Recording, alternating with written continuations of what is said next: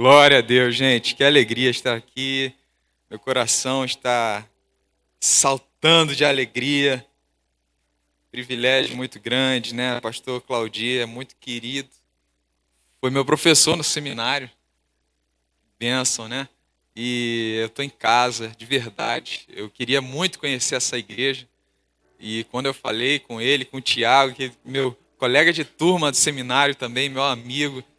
Então, realmente, eu estou em casa aqui. Né? Eu queria muito conhecer a igreja, ele já me chamou a pregar aqui. Não, mas é isso mesmo, né?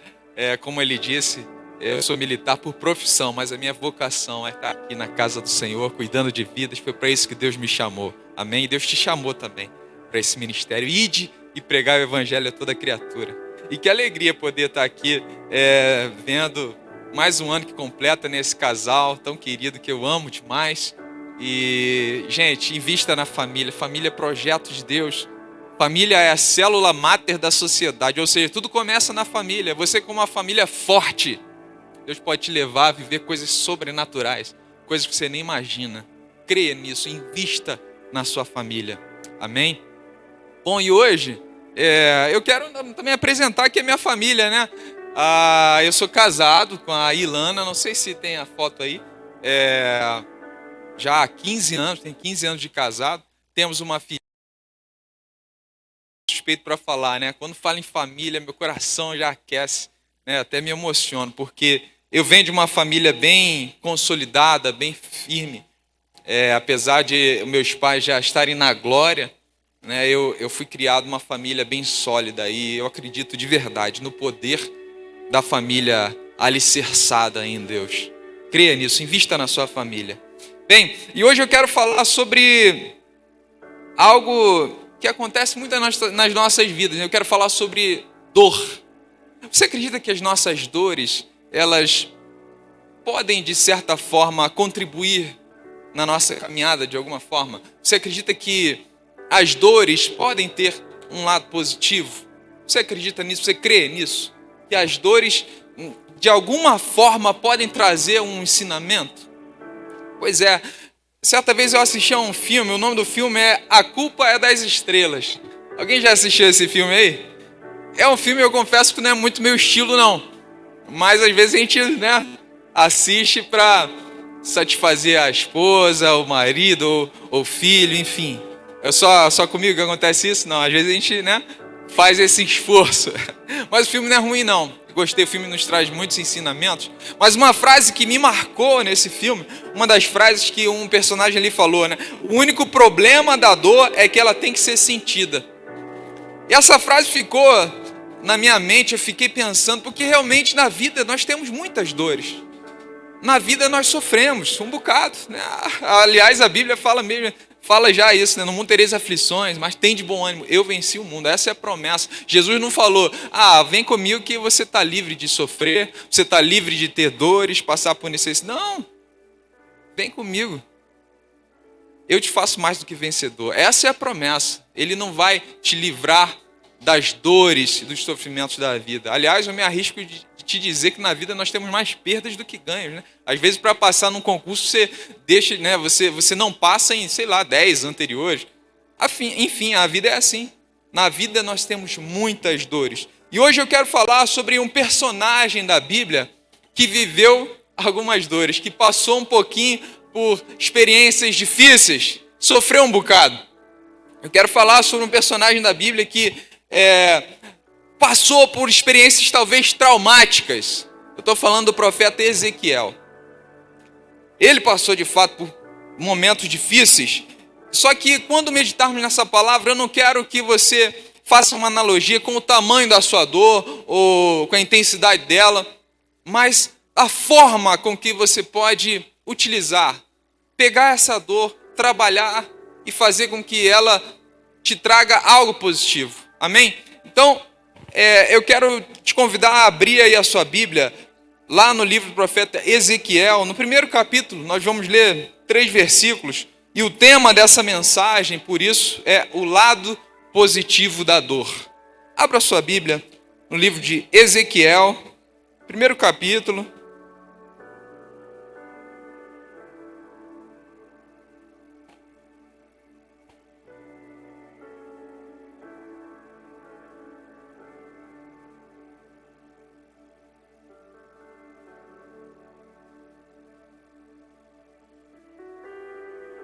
Ezequiel capítulo 1, a partir do primeiro versículo, diz assim: No 30º ano, no 5º dia do 4º mês, estando eu no meio dos exilados, junto ao rio Quebar, os céus se abriram e eu tive visões de Deus. No 5º dia do referido mês, no 5º ano do cativeiro do rei Joaquim, a palavra do Senhor veio expressamente a Ezequiel, filho de Buzi, o sacerdote, na terra dos caldeus, junto ao rio Quebar. Ali a mão do Senhor esteve sobre ele. Amém? Feche seus olhos nesse momento. Senhor, eis aqui a tua palavra, Pai. Vem falar aos nossos corações nessa manhã e cumprir os teus propósitos aqui nesse lugar. Que a tua vontade prevaleça aqui, que a única voz audível aqui seja a tua voz, Senhor. Que o teu Espírito Santo venha falar aos nossos corações de forma intensa e profunda. Nós te pedimos em nome de Jesus. Amém. Amém. Gente, eu não sei se você conhece a biografia do profeta, mas Ezequiel, ele vem de uma linhagem sacerdotal. Ele vem de uma família de sacerdotes. Ele cresce numa família de sacerdotes. O pai dele era sacerdote, era o sacerdote Buzi. E ele cresce naquele ambiente. Naquela época, lá no Antigo Testamento, eu não sei se você sabe como funciona, o sacerdote, ele era o pastor da época. Era ele que tinha a responsabilidade de levar o povo, conduzir o povo a uma vida espiritual. E naquela época, o sacerdócio, a pessoa não decidia ser sacerdote. A pessoa precisava nascer numa linhagem sacerdotal, precisava nascer numa tribo específica. Não era como hoje, por exemplo, você quer ser pastor, você faz o seminário, você estuda, você se dedica numa igreja local, em algum momento você vai ser consagrado, se isso arder profundamente no seu coração. Naquela época não, naquela época você precisava cumprir alguns requisitos, não era qualquer um, né? E lá diz assim, né, que as tribos, cada uma delas tinha uma função. Se você for parar para analisar, tem a tribo de Rúben, era responsável pela criação de animais. Então imagino que lá haviam os veterinários da época, cuidavam dos animais, desde os alimentos até cuidados, né, de saúde dos animais, enfim. Tinha também a tribo de Simeão, tinha a função militar. Imagino que essa tribo tinha a responsabilidade de pensar nas estratégias de guerra, como eles deviam se preparar militarmente, né? Tinha também a tribo de Gade, que era responsável pelo acampamento. Então, todas as vezes que eles migravam de um lugar para o outro, essa era a tribo responsável por armar os acampamentos, montar aquelas barracas, né? Aquelas tendas, enfim. E aí a gente chega na tribo de Levi, que era a tribo que possuía a função espiritual. Essa era a tribo específica, destinada a conduzir o povo a ter uma vida espiritual, uma proximidade com Deus. E o sangue levítico corria nas veias de Ezequiel. Ezequiel vinha dessa linhagem, ele participava de toda aquela ambientação, ele acompanhava o seu pai nas rotinas do sacerdote. Ele via ali aquela roupa do sacerdote, seu pai se vestindo. De repente ele poderia ter acompanhado, né, as atividades até de um sumo sacerdote, aquelas pedras preciosas. Eu imagino Ezequiel acompanhando durante o seu crescimento todo esse ambiente, toda essa liturgia, toda essa rotina, e aquilo vai tomando a mente de Ezequiel. Ele vai se imaginando, vai chegar um dia que isso vai ser a minha rotina, vai chegar um momento que essa vai ser a minha atividade, eu vou me dedicar para que quando chegar o momento, eu esteja pronto para exercer o meu ministério. Então era assim que acontecia, né? Ezequiel, ele estava se preparando. Imagino que ele já devia sonhar com isso, porque Ezequiel não podia ser sacerdote ainda, ele era jovem, né? Tinha todo um pré-requisito para a pessoa se tornar sacerdote. E como é que eram esses requisitos? Eram 4 deles que precisam ser cumpridos. O primeiro deles, ser da tribo de Levi. Primeiro pré-requisito era esse, ser da tribo de Levi. Segundo pré-requisito para ser um sacerdote naquela época é ter uma descendência sacerdotal. Porque todo sacerdote, ele vinha da tribo de Levi. Mas nem todo mundo que nascia na tribo de Levi era sacerdote. Por quê? Ele não vinha de uma linhagem sacerdotal. Então o seu pai, seu avô, enfim, ele precisava ser sacerdote. Então era o segundo pré-requisito. Qual era o terceiro? O templo tinha que estar em funcionamento.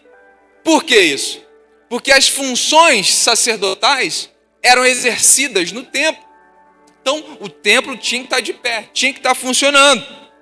E qual era o quarto e último requisito para a pessoa se tornar sacerdote? Ela precisava estudar dos 12 aos 30 anos de idade, para que então ela pudesse se formar um sacerdote. A partir dos 30 anos, a pessoa se tornava um sacerdote, podia começar a exercer o seu ministério. É por isso que Jesus Cristo inicia o seu ministério com 30 anos de idade. Era, digamos assim, a maioridade para o exercício ministerial.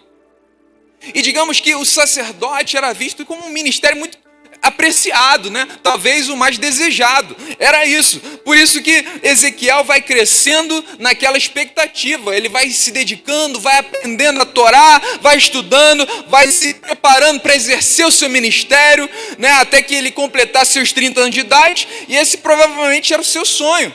Ele se dedicava com afinco, sonhava com aquilo, até que a gente chega aqui no primeiro capítulo do livro do profeta Ezequiel e o que a gente percebe? Algo diferente. Olha o que diz. E aconteceu no 30º ano, no 4º mês, no dia 5º do mês. O que é isso? Está falando uma informação temporal. 30º ano, ou seja, chegou o momento. Ezequiel completou 30 anos.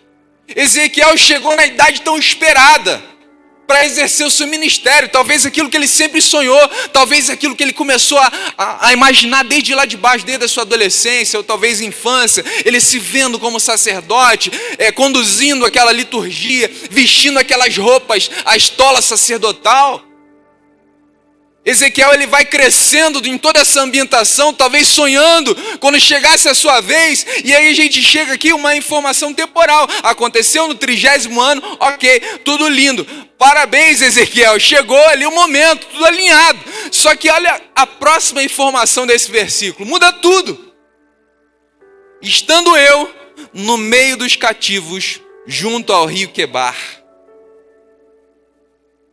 no ano em que era para ele realizar o sonho da vida dele, no ano em que era para ele se tornar sacerdote, começar o seu ministério, ele vai parar na frente de um rio, no meio dos exilados, talvez num acampamento de refugiados, num assentamento de refugiados, no ano em que era para ser o melhor ano da vida dele, talvez se torne o pior ano da sua vida. Ele se vê diante de algo que ele talvez nunca sonhou. Um cenário completamente contraditório com aquilo que ele se preparou, com aquilo que ele sonhou. O sonho dele era ser sacerdote, mas isso era impossível. O templo estava destruído. Por quê? Lá no ano 597 a.C., foi a última invasão do rei Nabucodonosor, rei da Babilônia, invadiu lá Jerusalém e acabou com tudo, destruiu a cidade, destruiu o templo e levou cativo para a Babilônia boa parte ali, inclusive Ezequiel. E o texto que nós lemos vai dizer que ele já estava há 5 anos lá, por isso o segundo pré-requisito já não tinha, sido cumprido. Ele não havia completado os estudos para ser sacerdote. Já estava 5 anos cativo, parou de estudar. Não havia a menor possibilidade de ele ser sacerdote. Então, o ano que era para ele completar ali 30 anos de idade, iniciar o seu ministério, iniciar o seu sonho, desenvolver o chamado de Deus para a sua vida, ele está ali no meio de assentamento de refugiados.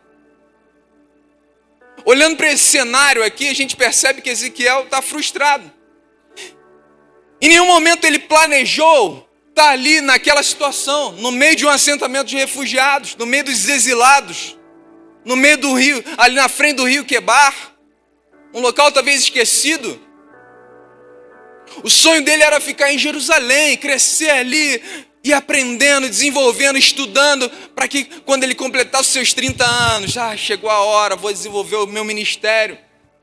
Mas a vida coloca Ezequiel num cenário completamente diferente daquilo que ele sonhou, completamente diferente daquilo que ele planejou, daquilo que ele imaginou. E como eu disse, talvez o momento da sua maior realização, a sua realização ministerial, se torna o momento da sua dor.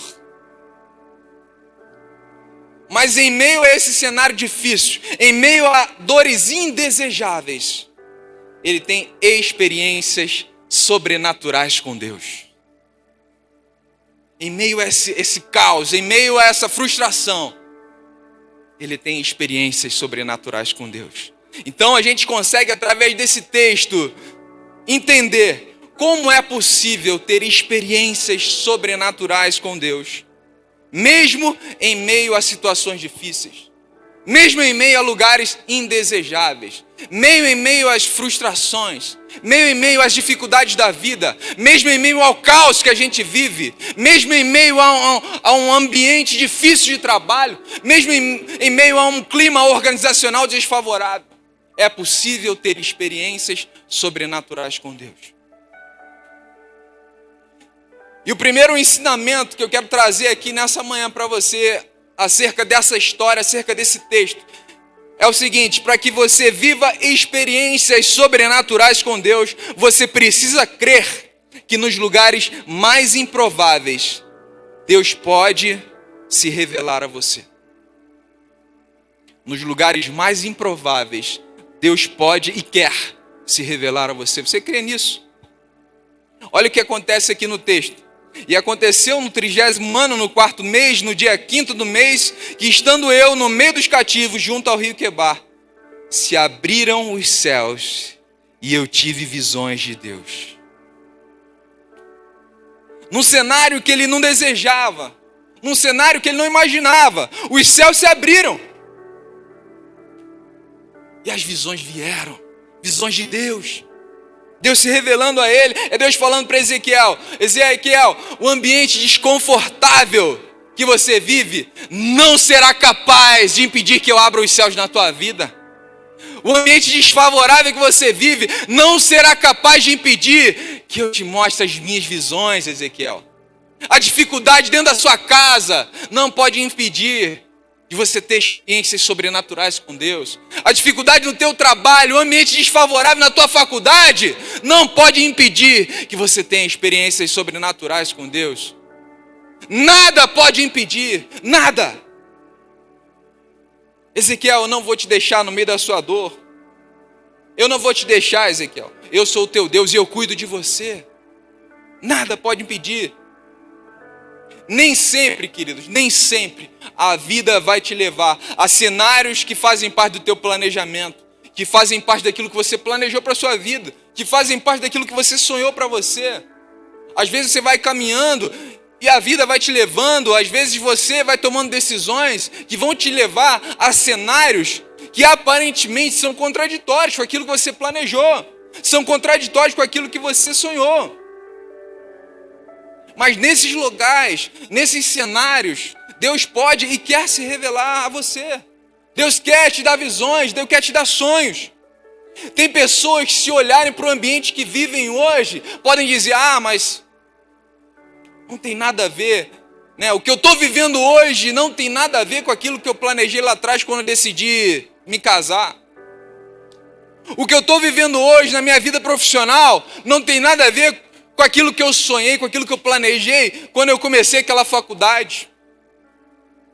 O que eu estou vivendo hoje na minha vida financeira não tem nada a ver com aquilo que eu planejei quando eu decidi abrir aquela empresa, abrir aquele negócio.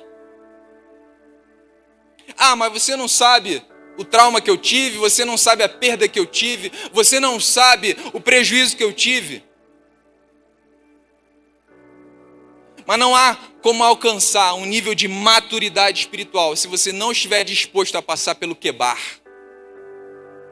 A fase do rio Quebar é uma fase que todo mundo vive fugindo, todo mundo tenta fugir, mas ela é indispensável para nós, para todos nós. É fato, a vida às vezes vai nos levar a cenários indesejáveis. Normalmente desses ambientes indesejáveis, nós vamos sofrer. No mundo tereis aflições. Nós vamos sofrer sim. Mas nada pode impedir de, nesses ambientes, Deus se revelar a você e te mostrar um novo rumo, e te dar visões para que você viva coisas sobrenaturais com Ele. Eu quero te dizer nessa manhã que esse ambiente que você encontra, por mais diferente do que você planejou, por mais diferente do que aquilo que você sonhou, não será capaz de impedir que os céus se abram sobre a sua vida. Amém? nada vai impedir que os céus se abram sobre a sua vida. Quando você está ligado com Deus, Ele faz dos lugares mais desconfortáveis da vida uma geografia profética. Esteja conectado com o Senhor. Esteja atento àquilo que Ele quer te mostrar. Você acredita que eu vim aqui como um profeta de Deus sobre a sua vida? Erga as suas mãos, eu quero profetizar sobre a sua vida. Um lugar que você vive, no teu ambiente, eu declaro os céus abertos sobre a tua casa, céus abertos sobre o teu trabalho, céus abertos na tua família, céus abertos no teu convívio diário. Em nome de Jesus, eu profetizo céus abertos na tua vida, na tua casa, na tua família. Em nome de Jesus. O segundo ensinamento que eu quero trazer aqui nessa manhã é para que você tenha experiências com Deus em meio às dores. Você precisa olhar na direção certa. Pois é, você precisa olhar na direção certa. Ezequiel, o que ele disse aqui no final do versículo, né? Os céus se abriram e eu tive visões de Deus. Como que Ezequiel está percebendo os céus se abrindo? Olhando para baixo assim? Não. Os céus se abriram. Ele percebe os céus se abrindo como? Olhando para o alto, olhando para cima, olhando para a sua meta. Pare de olhar para aquilo que deu errado na sua vida. Pare de olhar para as suas frustrações. Comece a olhar para o alto. Comece a olhar para Deus. Comece a olhar para onde Deus quer te mostrar, porque Ele quer te revelar coisas extraordinárias. Pare de olhar para aquilo que deu errado na sua vida. Deus tem um chamado para você. Deus tem um chamado para você avançar, para você expandir o reino dos céus aqui na terra. Deus te chamou para fazer diferença, para salgar a terra. É nesse tempo de crise, nos tempos de dores, nos tempos de frustrações, que Deus te revela as maiores visões, que Deus te revela coisas extraordinárias. Você sabe que as melhores canções, não sei se você já conversou com algum compositor, elas são compostas, não é quando tudo vai bem não, é quando geralmente eles estão passando por dores terríveis. Esses dias eu estava conversando com o pastor Felipe Bittencourt, da sede lá na Barra. Ele é o ministro do louvor. Não sei se você conhece. Não sei se você conhece aquela canção que ele compôs, Nada Temerei. Quem conhece? Nada temerei, eu sei que não estou sozinho. É meu amigo, sua voz acalma o mar, faz milagre acontecer, posso crer. Que coral lindo, hein? Glória a Deus, gente. Olha, essa canção, ela foi composta, não era quando tudo vai bem não. O pastor Claudio vai lembrar melhor do que eu. Era quando a igreja estava lutando, uma menina enfrentando uma luta terrível com câncer. A igreja se levantou, e essa canção surgiu, e foi o tema dessa luta, e a igreja obteve vitória, um milagre veio. Então, querido, é no momento de dor que Deus te dá as maiores visões. Já conversou com algum compositor de livros, algum escritor? Né, algum escritor? Os melhores livros, os best-sellers, são escritos, não é quando ele rasga o coração, é quando ele está ali, entregue. E a inspiração vem, e Deus dá as maiores visões. É assim, gente.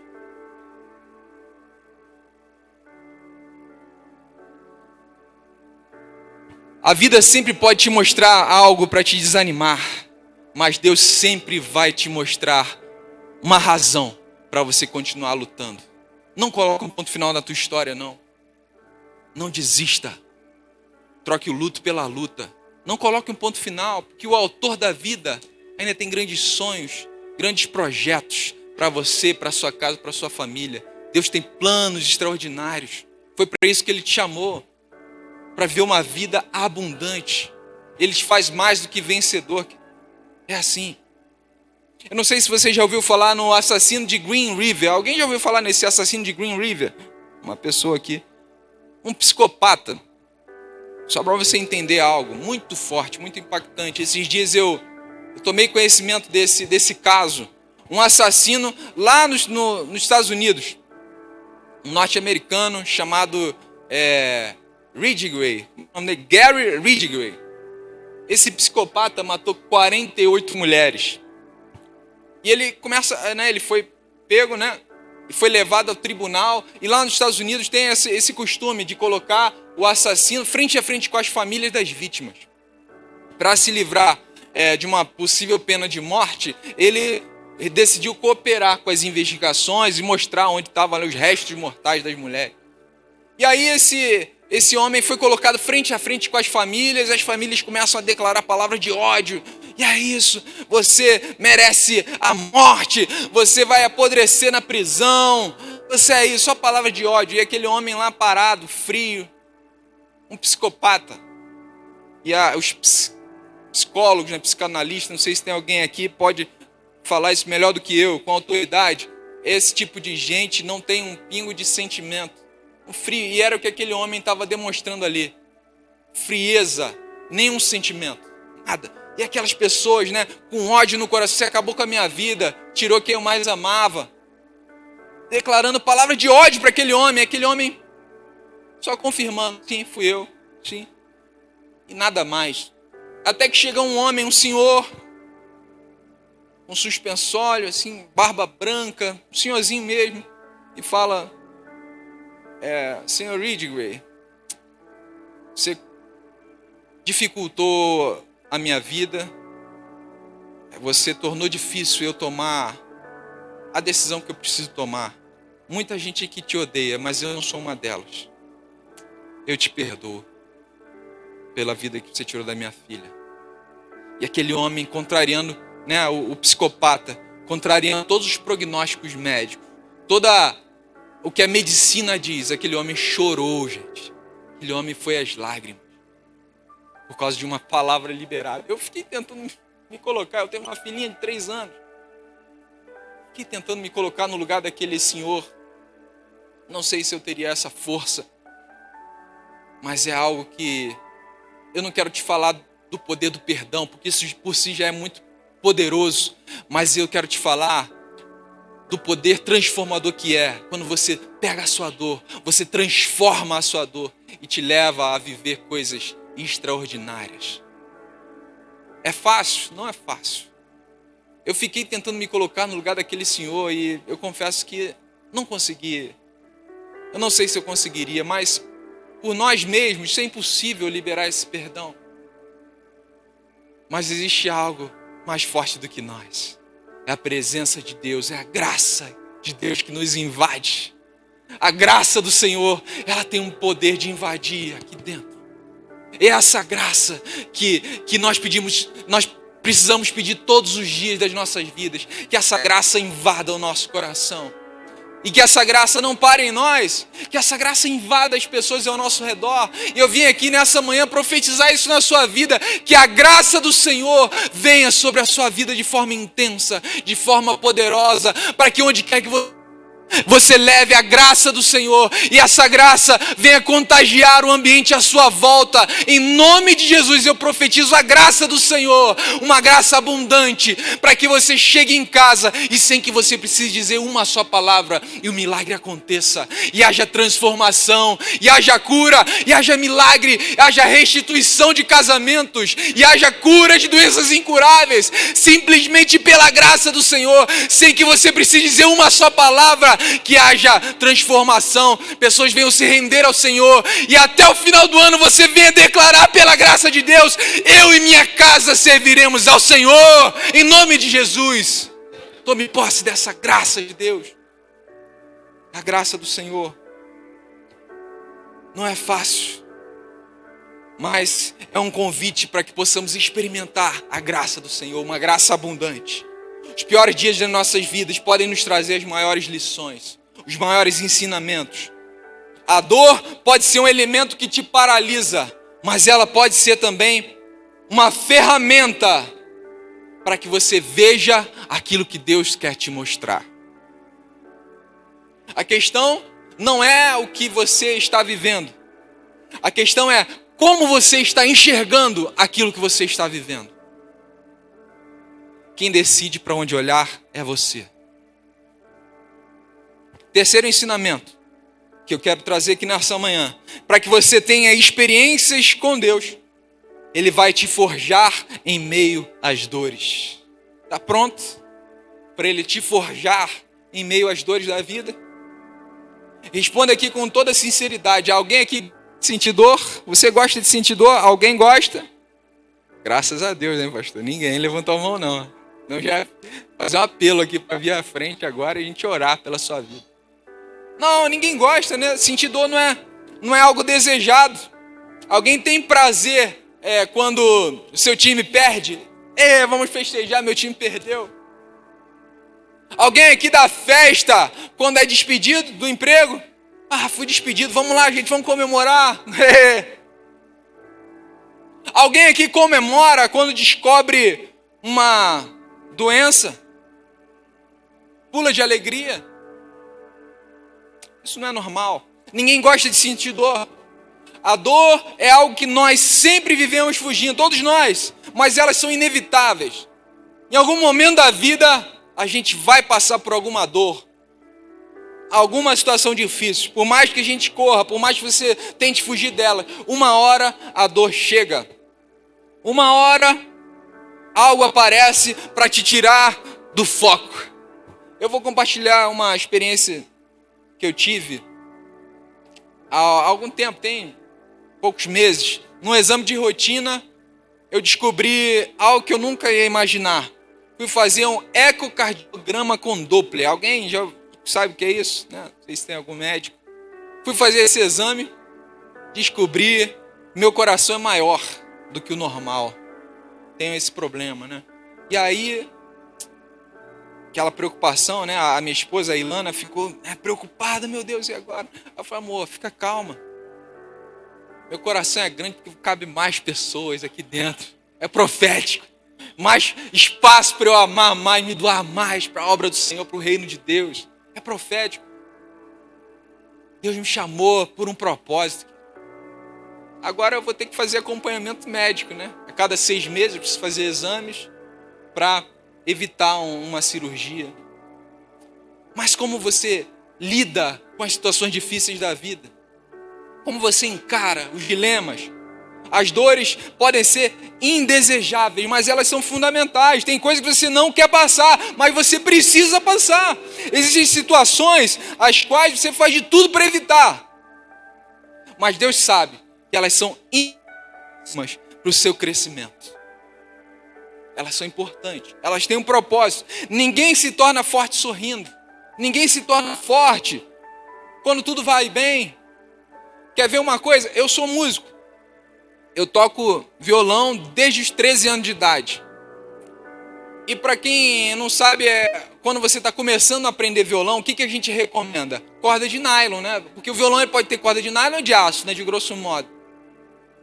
Qual é a diferença? Por que a gente recomenda a pessoa começar com a corda de nylon? É mais suave, né? mais macio, vai machucar menos a sua mão. Só que eu comecei como? Corda de aço. Olha lá, sofrer. E eu comecei, e aí nos primeiros dias, primeiras semanas, chegava a sangrar aqui meu dedo, né? Doía, criava bolha, depois estourava. Era algo doloroso, um processo. Mas depois foi passando a primeira, segunda semana, terceira, e a dor foi diminuindo, e hoje eu não sinto nada, absolutamente nada. Posso tocar por horas aqui, não sinto nada, tem calo aqui, né? A gente ouve, né? A pessoa está calejada na vida é assim também. Às vezes você passa por dores, por traumas, você fica calejado na vida. As tuas costas, né, fica o quê? Já cria aquela casca grossa, e você nem sente mais. Você vai se moldando. Então você há de convir comigo que as dores, de certa forma, te fortalecem. Elas podem te forjar para o próximo passo, para ver algo ali na frente. Às vezes a gente chora, né? Meu Deus, a pior fase da minha vida, não sei como vou sair dessa. A gente fica triste, meu Deus.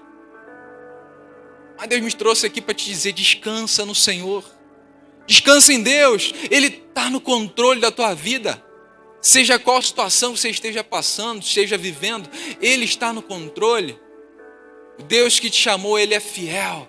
Vinde a mim, todos que estáis cansados e sobrecarregados, que eu vos aliviarei. Tomai sobre vós o meu jugo, encontrareis descanso para as vossas almas. Ele está aqui para te dar descanso, te dar alívio. Ele está aqui para segurar você na tua mão e dizer: não temas, eu te ajudo. Ele cuida de nós, Ele quer o melhor e Ele te faz mais do que vencedor, querido. Ele tem um chamado para cada um de nós. Ele quer te levar a viver coisas extraordinárias. E qual era o sonho de Ezequiel? Ser sacerdote. Esse era o sonho. Mas Deus está falando: Ezequiel, eu não posso permitir que o teu sonho se concretize, porque senão o meu não vai nascer. Ezequiel, na tua cabeça o teu sonho é o maior para você, porque você cresce nesse ambiente, Ezequiel. O que você está vendo aí é o ambiente sacerdotal. Você está crescendo nesse ambiente. Esse é o sonho que você tem. Você quer ser um sacerdote. Você acha que isso é o melhor que eu tenho para você. Mas os sonhos de Deus são muito maiores, querido. Os sonhos de Deus para a sua vida, para a sua casa, para a sua família, são muito maiores do que você imagina, do que você pensa. É promessa. E Deus falando para Ezequiel: Ezequiel, eu não posso permitir, Ezequiel, que o teu sonho se concretize, porque senão o meu não nasce. Eu tenho algo maior para você. Eu não posso permitir o teu sonho seguir adiante, porque ali na frente, Ezequiel, eu vou ter um vale de ossos secos, e eu preciso de alguém para levantar aqueles ossos, Ezequiel. Ezequiel, até aqui você foi a voz do povo, mas a partir de agora você vai ser a minha voz. A voz profética. Eu tenho coisas maiores para você, Ezequiel. Deus nunca vai deixar você perder algo sem que antes Ele tenha preparado algo muito maior para você. Deus nunca perde, querido. Deus nunca perde. Seja lá o que você passe, seja lá o que você doe, o seu tempo, seus bens, seja lá o que você entregue ao Senhor e faça um voto com Ele: Senhor, eis-me aqui, me usa. Deus vai te surpreender quando você coloca o reino de Deus e a justiça dele em primeiro lugar na sua vida. Todas as coisas são acrescentadas. Ele cuida de você. Quando você cuida das coisas de Deus, Ele cuida das tuas coisas. Não duvide disso. Ele vai cuidar de você e não vai deixar nada faltar para você, para a sua vida, para a sua casa, para a sua família. Ele tem projetos a serem concretizados. Existem sonhos que, se forem realizados, comprometem o que Deus preparou para você. Existem coisas na sua vida que, se derem certo, vão comprometer os planos de Deus para você. É por isso que algumas coisas precisam dar errado. É por isso que algumas portas precisam se fechar. Pois é. É por isso que Deus precisa tirar você de algumas zonas de conforto para te levar a viver o que Ele tem para a sua vida, para te levar a viver o sobrenatural, para te levar a viver o que Ele planejou para você, o que Ele sonhou para você, porque os sonhos dele são maiores. Deus tem um plano para a sua vida, muito maior do que você planejou. Eu vou compartilhar rapidamente o que aconteceu comigo. Como o pastor Claudio falou, eu sou militar, sou da Marinha, e existe um momento, eu sou submarinista, né? Minha vida operativa foi toda com submarinos, sou aperfeiçoado em submarinos. Chega um momento da nossa vida em que eu pude fazer uma opção de migrar da carreira operativa para uma carreira mais tecnológica, dizemos assim, que a gente chama de quadro técnico especializado. E a gente passa por um processo seletivo. E eu sempre gostei muito de estudar, sempre gostei muito de matemática, eu sempre fui apaixonado por matemática, sempre gostei de estudar. E essa área acadêmica, ela mexe comigo, eu sempre gostei. Embora eu tivesse tido uma carreira toda operativa, eu optei num determinado momento da minha carreira, uma porta que a Marinha abre para a gente migrar para esse quadro. E o enfoque muda da vida operativa para uma vida mais tecnológica. Ou seja, isso encheu meus olhos, né, de alegria, meus olhos brilharam. Caramba, que bacana, a Marinha está abrindo essa porta para mim. Então eu participei de 5 processos seletivos para eu migrar. 5 áreas diferentes. Porque eu queria muito, caramba, é isso que eu quero para minha vida, para minha carreira. E aí eu fui participando desses 5 processos seletivos, e pela misericórdia de Deus eu fui o primeiro colocado nos 5 processos. e só tem uma vaga em geral, só uma vaga. E aí eu pude escolher uma dessas oportunidades. E aí qual que eu escolhi? A que eu ia para os Estados Unidos, estudar lá, fazer o mestrado, 2 anos, lá na Califórnia. Maravilha. A gente já fazia planos, sonhando, estava muito preparado para aquilo, me preparei durante muito tempo para aquela porta, já fazendo contato com o oficial que estava lá, já há 2 anos, eu ia ficar na casa onde ele ficou, já estava me passando várias coisas, documentações e tal. Até que no final do ano anterior é emitido um documento oficial da Marinha cancelando todos os cursos no exterior do ano seguinte. E aí foi assim um balde de água fria. Pensa numa tristeza profunda. Uma porta que se fecha. Eu lembro a Ilana chorando na sala da minha casa, no sofá, e eu consolando ela. Consolando, mas por dentro eu também estava arrasado, né? Chorando por dentro. Não é errado homem chorar não, tá, gente? Mas eu estava tentando me segurar ali. E realmente a gente estava fazendo planos, já estava contando com aquilo. Mas a porta se fechou. Às vezes a gente tem que lidar com essas situações. Às vezes nem tudo acontece da forma que a gente planejou, não. Tem portas que se fecham. E aí, qual outra opção? Eu fui para a minha segunda opção. Era fazer um mestrado em matemática aplicada na USP. Meu prêmio de consolação. Olha, fiquei feliz da vida também, né? Comecei a focar minha mente para lá. Eu amo matemática, ok, vou estudar matemática lá na USP. Que bacana. E aí também, às vésperas, o mestrado foi cancelado. Meu Deus, o que está acontecendo? Outro balde de água fria. Mais uma porta se fechando. Estou fazendo tudo certo, o que está acontecendo?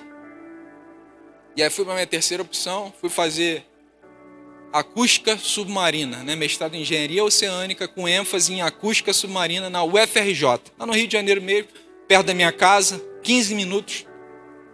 E foi naquele período, no primeiro ano, que eu chego na Igreja Batista Atitudes.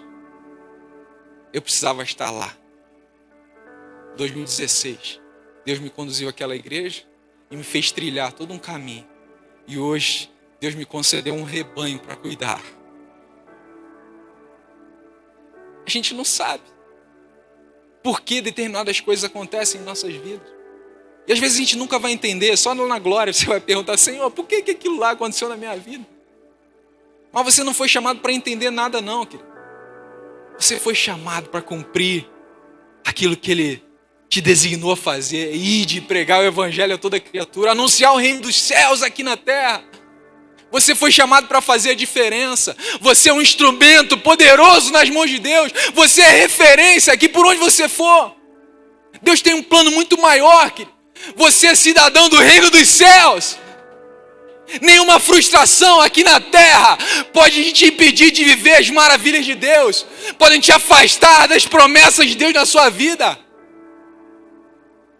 Você é um instrumento poderoso do Senhor. Você é um instrumento para a glória de Deus. E onde você for, você precisa anunciar as maravilhas de Deus. Você precisa ser esse canal poderoso do Espírito Santo, cheio. Você precisa ser cheio da presença. Você é um portador da presença de Deus. Ela precisa estar contigo em todo momento, onde você for. Você foi chamado para fazer diferença, para salgar a terra. E não ficar assim, ó céus, ó vida. Por que isso? Por quê? Gente, você é um instrumento de Deus. Estou passando por luta, por dificuldades, mas eu não vou deixar de dar glórias ao meu Deus, o Criador de todas as coisas. Foi Ele que me chamou, foi Ele que me encheu da presença dEle, foi Ele que escreveu o meu nome no livro da vida. Foi Ele que enviou o seu Filho para morrer por mim na cruz. Nada do que eu faça vai compensar esse amor tão grande.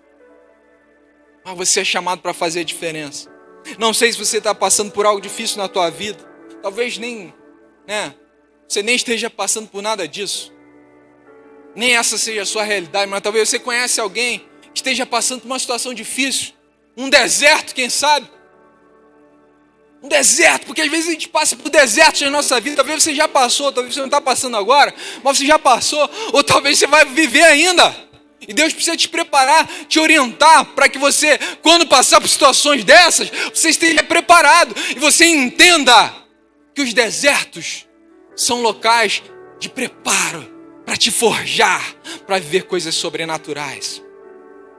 Eu ouso dizer que os desertos da vida não são acidentes de percurso, são agendas de Deus na sua história. O deserto não tem o propósito de destruir você, mas de te fortalecer. É Deus trabalhando em você, para depois Ele trabalhar através de você. Esse é o papel do deserto na sua vida. No deserto, Deus treinou os maiores líderes da história. Abraão sai da sua terra, da sua parentela, vai peregrinar pelo deserto. Jesus foi para o deserto jejuar antes de iniciar o seu ministério. Moisés conduz o povo pelo deserto antes de chegar à terra prometida. Enfim, poderia ficar aqui listando vários e vários homens e mulheres de Deus que passaram pelos desertos para viver algo muito maior ali na frente. O deserto, ele está aqui para te forjar, para te ensinar a viver coisas sobrenaturais. E eu fui buscar na Bíblia aqui essa palavra deserto.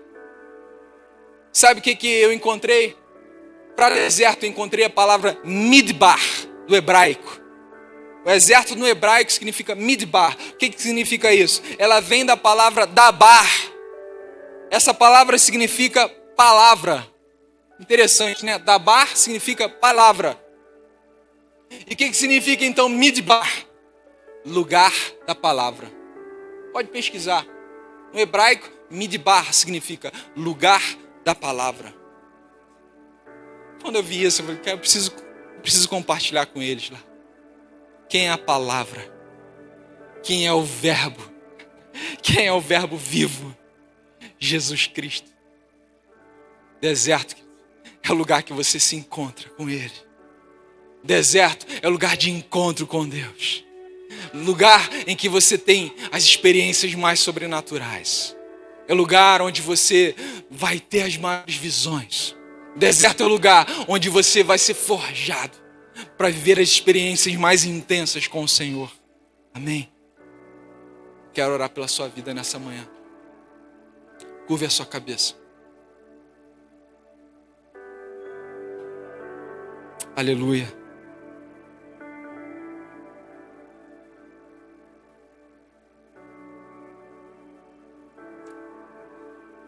Não sei se você veio aqui nessa manhã.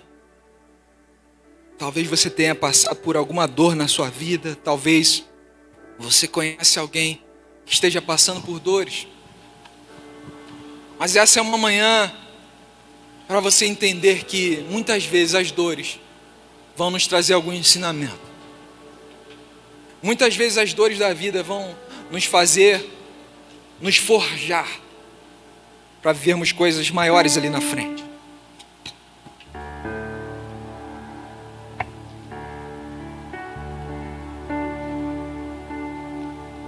Deus tem um propósito na sua vida. Deus tem um propósito a cumprir através da sua vida. Eu não sei se existe algo na sua vida que tenha minado a sua força. Talvez uma situação difícil no seu trabalho, desanimando. Talvez uma situação difícil na sua faculdade possa estar te tirando as forças. Talvez uma situação difícil na sua família, um ambiente ruim, um ambiente difícil. Talvez um clima organizacional no seu trabalho. Isso está roubando a sua paz. Não sei qual é a situação difícil que você tem enfrentado. Não sei se você tem passado por algumas dores. Talvez uma perda que você sofreu. Um ente querido, talvez. Algo que está tirando a sua alegria. Talvez um trauma. Algo que lá atrás você viveu que te impede de liberar um perdão. Talvez uma dificuldade que isso possa estar te causando. Eu quero dizer que essa é uma manhã de Deus tirar todo o pensamento ruim acerca dessas dores, para que você olhe para essa dor de forma a transformá-la em algo positivo. Esse é o momento de você dizer: eu quero o Senhor trabalhando na minha vida. Eu quero o Senhor fazendo com que eu tenha as maiores lições. Senhor, eu quero hoje abrir o meu coração para que o Senhor venha me guiar nos teus caminhos. Para que ainda que eu esteja passando por um deserto, eu tenha o Senhor na minha vida, e o Senhor venha me direcionar, para que eu não venha me desviar nem para a direita nem para a esquerda. Eu quero viver uma vida contigo, um relacionamento contigo, diário, Senhor. Me encha de Ti, me encha da Tua presença. Eu preciso do Senhor na minha vida. Eu não sei se você ainda não colocou a sua vida aos pés de Jesus. Talvez hoje você tenha vindo até aqui e talvez você ainda não decidiu colocar a sua vida completamente entregue nas mãos do Senhor. Essa é a manhã de você tomar essa decisão. Senhor, eu quero viver uma experiência nova contigo. Eu quero viver algo novo na minha vida. A partir de hoje, Senhor, escreve meu nome no livro da vida. A partir de hoje, venha me guiar nos teus caminhos. A partir de hoje, Senhor, eu quero viver uma vida contigo, diária, Pai. Me usa onde quer que eu vá. Cuida da minha casa, cuida da minha família. Cuida dos meus filhos, cuida dos meus negócios, cuida dos meus planos. Eu entrego tudo em Tuas mãos, Senhor. Para que a Tua vontade venha reinar na minha vida, para que o Senhor venha reinar na minha vida. E eu declaro nessa manhã que não há outro Deus senão o Senhor na minha vida. Jesus Cristo é o meu Senhor e o meu Salvador. Eu não sei se você veio aqui e você nunca fez essa oração declarando: Jesus Cristo é o meu Senhor. Nessa manhã, todos de olhos fechados, agora é você com Deus. É você com Deus. Ninguém está olhando para você. É um momento pessoal, é um momento que você declara: eu quero, Senhor. Eu quero abrir o meu coração para que o Senhor venha entrar na minha vida, para que o Senhor venha mudar a minha história, para que você venha me conduzir nos teus caminhos. Eu quero o Senhor na minha vida. Se você declara isso hoje pela primeira vez, eu quero te conhecer. Levanta a sua mão, todos de olhos fechados agora. Se nessa manhã você quer declarar: quero o Senhor na minha vida, erga a sua mão, eu quero orar por você. Tem alguém aqui nessa manhã que ainda não declarou pela primeira, que fez essa oração pela primeira vez, dizendo: eu quero colocar minha vida no Teu altar? Tem alguém? Bem, glória a Deus. Senhor, venha nos fortalecer, Pai. Venha nos fortalecer nessa manhã, para que a partir de hoje nada possa abalar a minha fé, nada possa abalar a minha vida diária no Teu altar, e nada possa me impedir de ver as Tuas visões. Nada pode me impedir de viver as coisas sobrenaturais que o Senhor tem para mim, para minha casa e para minha família.